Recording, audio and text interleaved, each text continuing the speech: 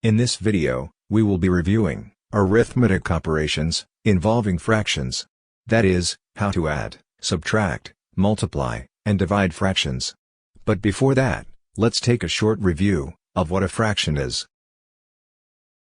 A fraction represents a part of a whole number. They are written as one number over another number. The number on the top of a fraction shows how many equal parts of the whole are being dealt with, while the number on the bottom shows the total number of equal parts that the whole has been divided into. Again, the numerator is the number of equal parts examined, while the denominator is the total number of equal parts in the whole. The equivalent fraction of the shaded part is 1 over 2, or 1/2. And this is equal to 3 over 4 or 3/4. There are three types of fractions. A proper fraction, where the numerator is smaller than the denominator, is just one type of fraction. When the number of parts is greater than the whole, the result is a fraction that can be written in two ways. Either as an improper fraction, also known as a top-heavy fraction, or a mixed fraction. Just like whole numbers, it is possible to add and subtract fractions. How it is done depends on whether the denominators are the same or different. One important thing to remember is, if a mixed fraction is involved in an arithmetic operation, be sure to convert it first to an improper fraction before proceeding with the operation. It is easier to do it this way. To add or subtract fractions that have the same denominators, simply add or subtract their numerators to get the answer. The denominators stay the same. In this example, the common denominator is 4. Thus, we write 4 in the denominator of the final answer. Then, we simply add the numerators of both fractions to get the numerator of the final answer. So, 1 plus 2 equals 3. Therefore, the final answer is 3 over 4, or 3/4. Subtracting fractions with the same denominator. 7/8 minus 4/8 equals 3/8. To add fractions that have different denominators, it is necessary to change one or both of the fractions so they have the same denominator. This involves finding a common denominator. A common denominator is a number that can be divided exactly by the denominators of all the fractions. Once this has been found, comparing fractions is just a matter of comparing their numerators. So, how do we find the common denominator? We can use prime factorization to get the common denominator. Prime factorization is simply identifying all prime numbers that can be multiplied together to get the given number. These numbers are known as its prime factors. And what are prime numbers, you may ask?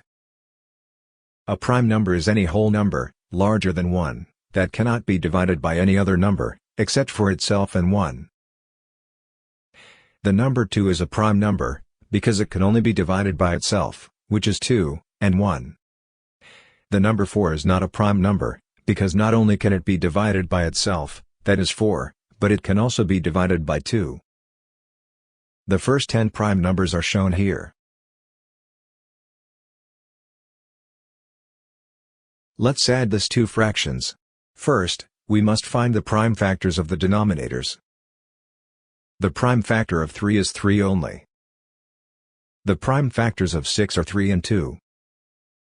Next, we encircle all common prime factors to both numbers and write it as a single number below. If there are no more common factors, write the remaining factors that have not been encircled. Place a multiplication sign between each number as shown here. Then multiply all the numbers to get the common denominator, also called the least common denominator or LCD. Thus, 3 times 2 equals 6. Now, we can convert the fractions. We will now use 6 as the common denominator for both fractions. In the first fraction, divide the LCD by the original denominator. Then multiply the result or the quotient by the original numerator to get the new numerator. So here, 6 divided by 3 equals 2, then 2 times 2 equals 4, this is the new numerator. For the other fraction, Since the denominator is equal to the LCD, then the original fraction is retained. Since both fractions now have the same denominators, we simply add their numerators. 4 plus 5 equals 9. The answer is 9/6.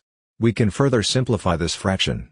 9 can be factored into 3 times 3, while 6 can be factored into 2 times 3. Eliminating the common terms in the numerator and denominator. In this case 3, we are left with a 3 on the numerator and a 2 on the denominator. Now the fraction is simplified into 3/2. If necessary, divide the numerator by the denominator to turn the improper fraction into a mixed fraction. This now becomes 1 1/2.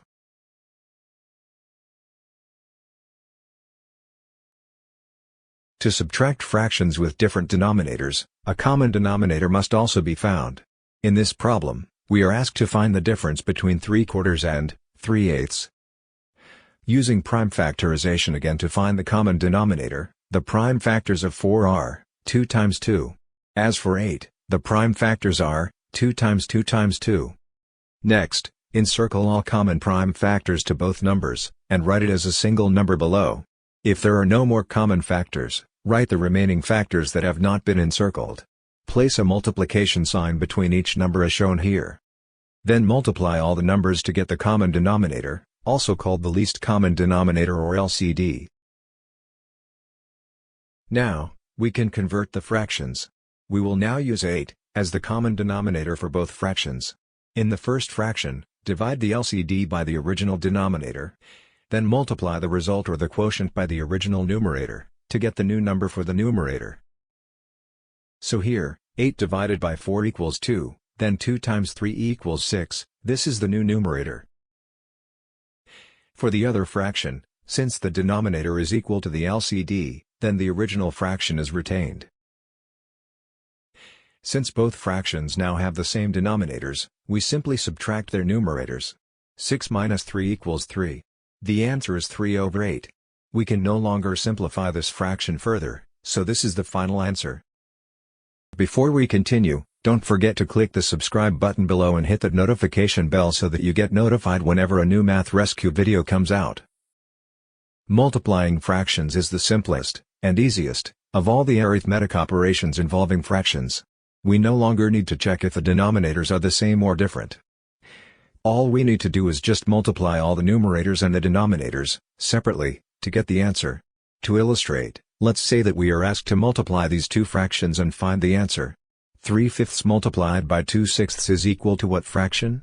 To solve, we just need to multiply the numerators, that is, 3 times 2 is equal to 6, this will be the numerator of the final answer.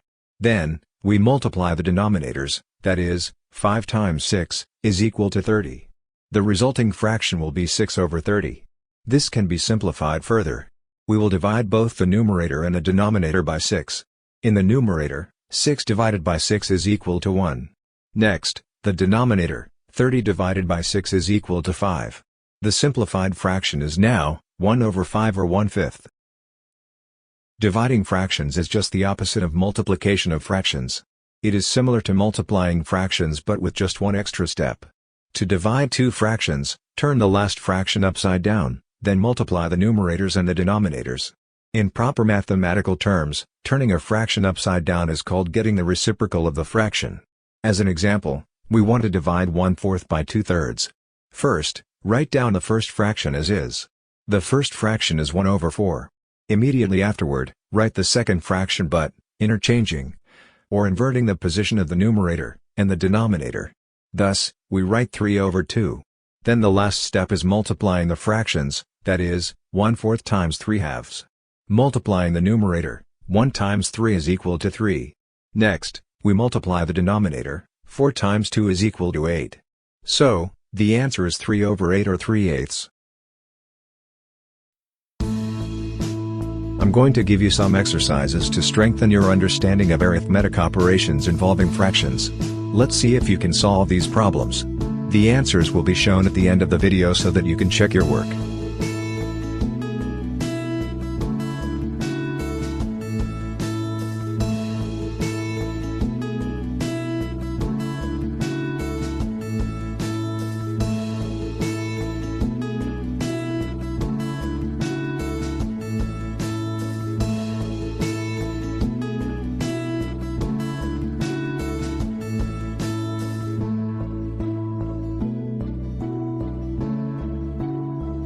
Before we end, please don't forget to subscribe so that we can make more videos of this kind, and tell us what you think in the comments below.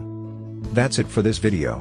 Be sure to watch our other videos on this channel to be able to survive math problems.